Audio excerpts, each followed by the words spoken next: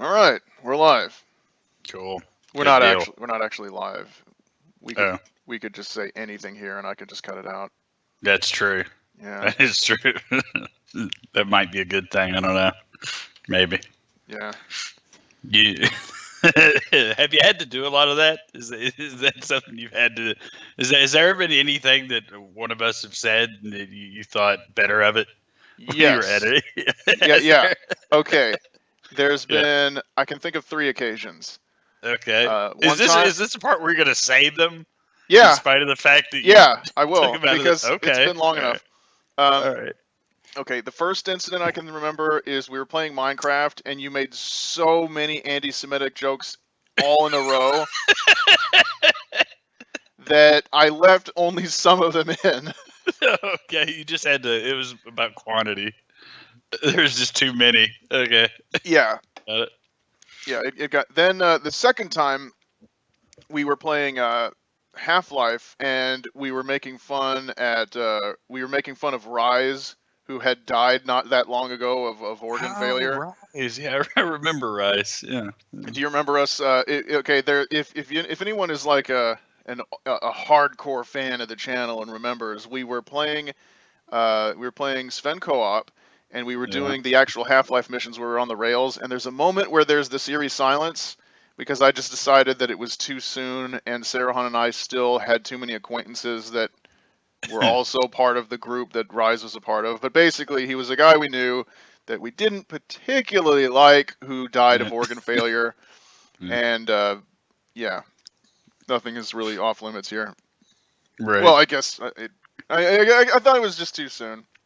Now, of course, I think we've both burned so many bridges with those people that it doesn't matter. Right. One Now of I them. kind of want him to hate me. So.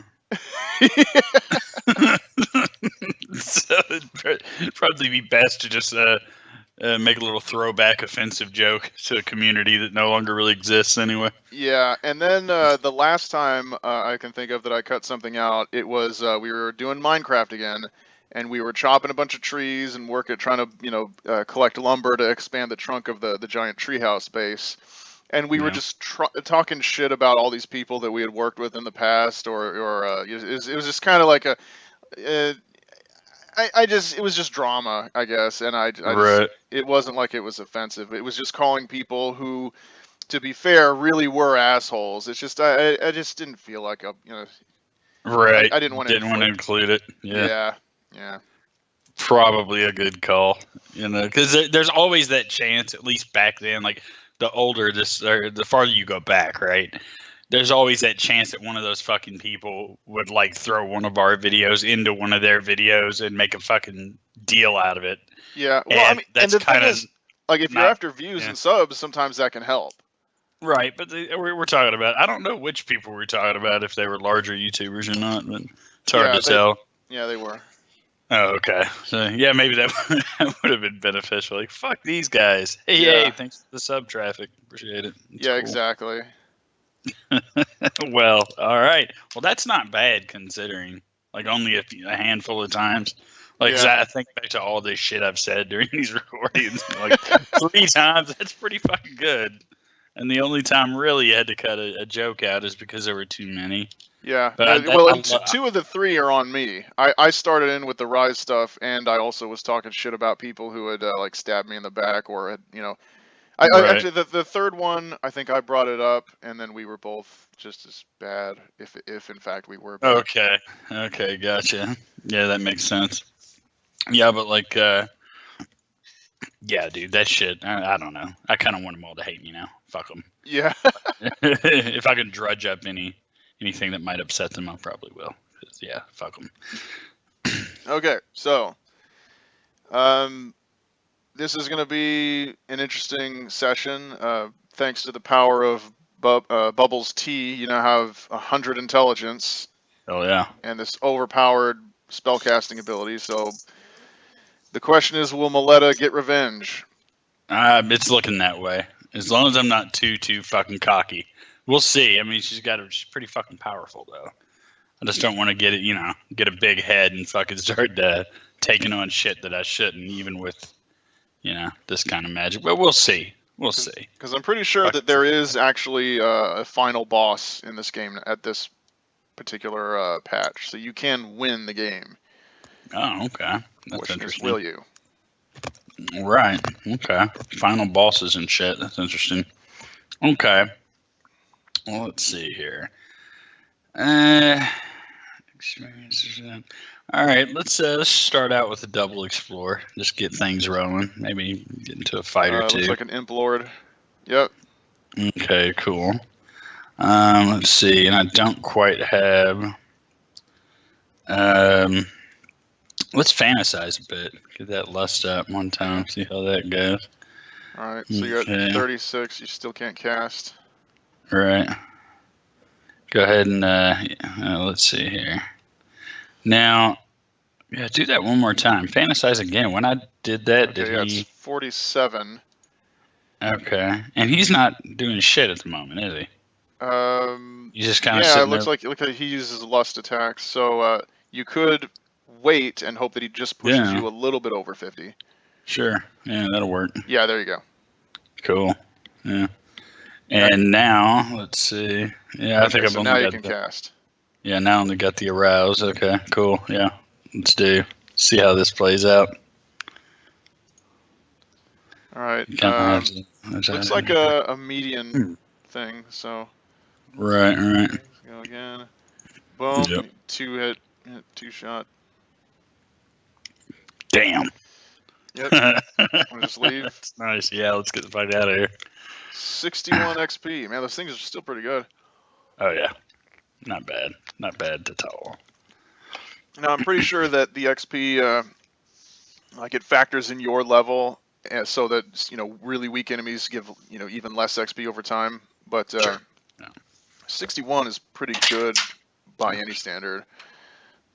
Like it's half of well, anyway, it's pretty damn good. And the gems always stay the same. So farming weak enemies for gems is pretty much always a valid strategy. Right. Now, here's what I'm thinking. As far as level goes, leveling up in this game, just as a quick refresher, is mainly about acquiring new perks, right? Yeah, because as you've seen, the stats themselves are better gained through items and events. Right. So and also I'm only going to get like a slight increase to certain stats when I level as well. Is that right? Yeah, you get +5, which that's a couple of things. So in essence, it really doesn't fucking make any difference what level I am as far as my casting ability. From here on out. I don't think so. Okay. Yeah, because unless there's some perk that will enhance it even further. Yeah, I think the only thing that no, there's spellcasting perks. There's like a ton of them. Right. Okay. So I mean, I could always take one of those and make it even more powerful for higher level enemies and shit like that. Okay. And now that you have 100 int, basically all of the all of the good perks for spellcasting are related to int, so they should all be open, unless there are some that are there. I think there might be perks that are related to things like libido, sensitivity, and corruption. Not sure what they are, or if like you lose their effect if you drop below again. But okay. At any rate, yeah, you can turn this into just a more and more powerful spellcaster. Although really, the only way to go from here is one-shotting enemies with an arouse spell, or diversifying your spellcasting by getting more spells. Right. Okay. Let me try to get into some shit with some higher level enemies here. We'll see how it goes. Nothing too crazy. Let's just for curiosity's sake, let's take a trip down memory lane and go to the Gaping Plains and see. All right. If there's anything there.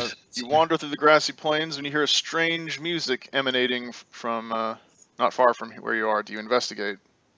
Again, yeah, we're gonna investigate this time and just kind of see where this goes. You decide to search the source of the music. Sitting in a small circle of trampled down grass is a strange figure resembling a man with legs and horns of a goat, a satyr.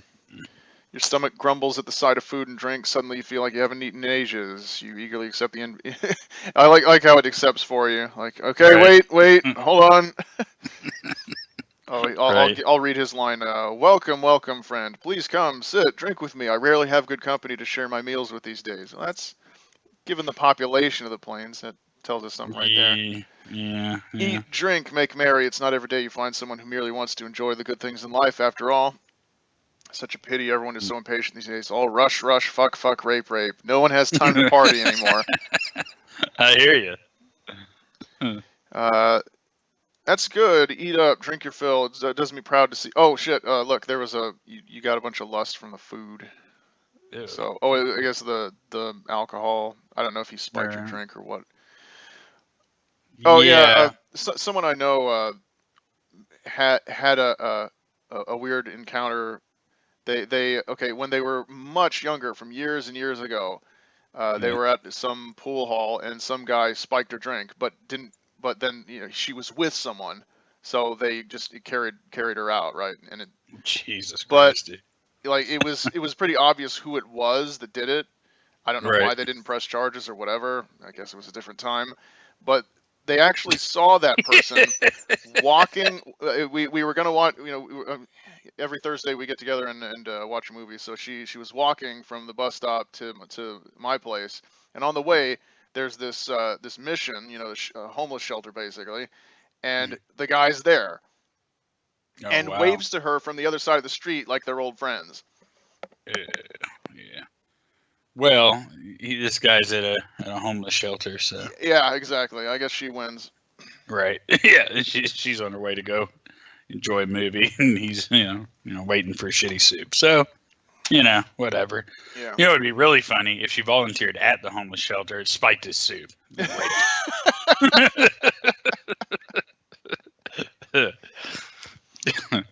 Okay, let's see here. Now, it does sound to me like that's getting ready to happen to me. Like, nobody on the Gaping Plains is ever this nice. Yeah. And I'm already a little dizzy. Okay, it suddenly dawns on. Yeah, he says, looks like you need more practice with your liquor. Practice makes perfect. You're pretty sure that there's some sort of aphrodisiac inside this beverage he offered you, judging by the heat that spreads through your body. Could you trick him into knocking himself out with it? Yeah, I'm going to try to. Okay, Of trick course, him. yeah, I'm going to try to trick him because he's kind of a prick. So, yeah, let's give it a whirl. You spill most of your drink on the floor and return an empty skin to him. Finished already? My, someone knows how to enjoy their liquor. Drink up, drink up. I can't remember the last time I had a good drinking match. Okay, so Yeah, you keep repeat spilling. the process. He's not terribly smart. He says, I've never lost a drinking contest before. Never so mind this puddle at my feet. Yeah. That reminds me of a thing I saw. I follow a bunch of like weird or cute animal videos, and one was this big shaggy dog on this with a lot of wolf in him from the look of him on this bed. And this little girl holds up a blanket and she says, "Watch me do a disappearing trick." So she holds up the blanket so that it obscures, and then she, the trick is she drops it and then runs out of view. Right? She just runs through the door. And Right. it just blows the dog's mind. Its reaction is just hilarious. He just has no idea. Yeah, fucking dogs are a trip. Like, I'd run across this video of a service dog. He was really, obviously well trained, and the girl would say, "Bring me my shoes," and he would grab the shoes, and she'd say, "Get me a water," and he'd go in the fridge and pull the little fucking towel, the rope, and he'd grab a water and bring it to her. Well, the funny thing is, like, he accidentally, I guess, he grabbed a bottle of ranch dressing instead of a water and brought it to her, and she goes. The girl starts laughing and going, no, water. And this is how fucking smart the dog is. The dog thinks it's already brought you the water, right? So when she asked for water, it actually looked at her like, "What are you, fucking stupid? You've got the water in your hand. Why do you want another one?" And after hesitating, he gradually went back to the fridge. Like, that's how fucking sharp they are. It's really cool. Yeah. Yeah, I mean they're smart. And it's funny.